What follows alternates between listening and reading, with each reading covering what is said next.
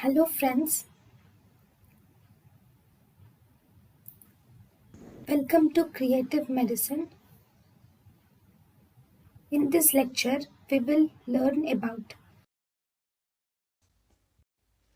Infamous conduct.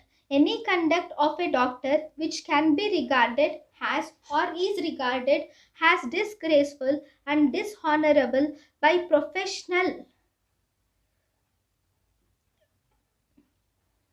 dishonorable if any conduct of a doctor which is regarded as disgraceful and dishonorable is called infamous conduct.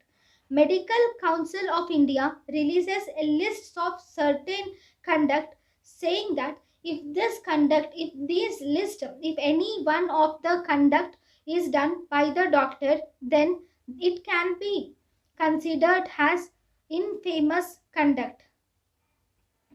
This list is known as warning notice, which is a misnomer.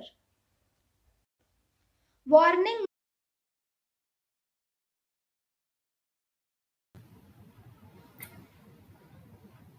thank you and thank you for watching.